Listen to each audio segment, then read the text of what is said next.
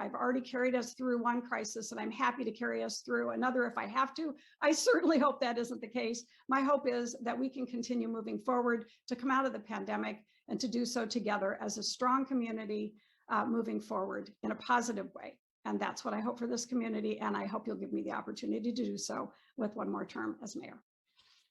Thank you. And Mr. Noser, your summation. Yes, she sounds like she's eager to get back a hold of those emergency powers again, but we're going to try to not allow that to happen. Just because you spend more money on something doesn't mean you always have success. If the idea is bad or unsuccessful, it isn't going to matter how much money you spend. She mentioned the district energy program. They could have upgraded these government buildings that used to receive the steam from the county incinerator. You could have upgraded those buildings for $6.5 million.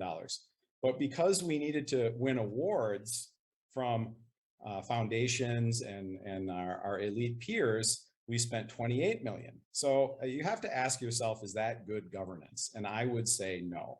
Now you have to ask yourself, are you better off now than you were 4 years ago? And I would say no. And you can't blame everything on the pandemic. We had horrible leadership on the pandemic where the mayor picked and this group to be successful, that group to not be, this group must close. She worked hand in hand with Governor Walz, who was crushing our state and our city, instead of pushing back against him and fighting for small businesses. She left small businesses out to just collapse.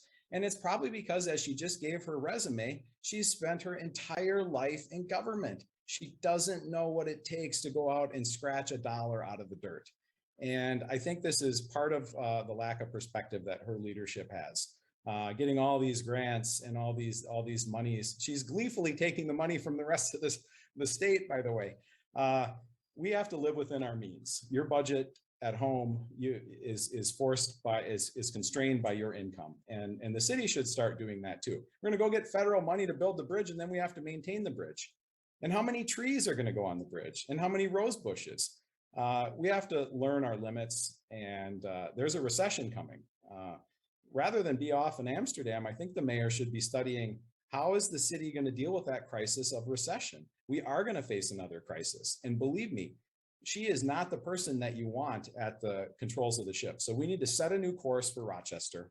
We need to return to an organic leadership structure where we're not depending on the Germans and not depending on the League of Cities to make our decisions for us. We need to think for ourselves. And look how successful that was going back.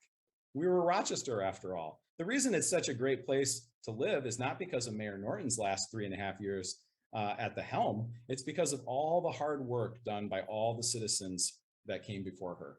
And so I'm running for my ancestors' sake and for the sake of my children. We must respect the process that brought us to where Rochester is today. I'm the homegrown candidate. I'm the local candidate, and I am well positioned to steer Rochester back to a place where the citizens are in control. Thank you.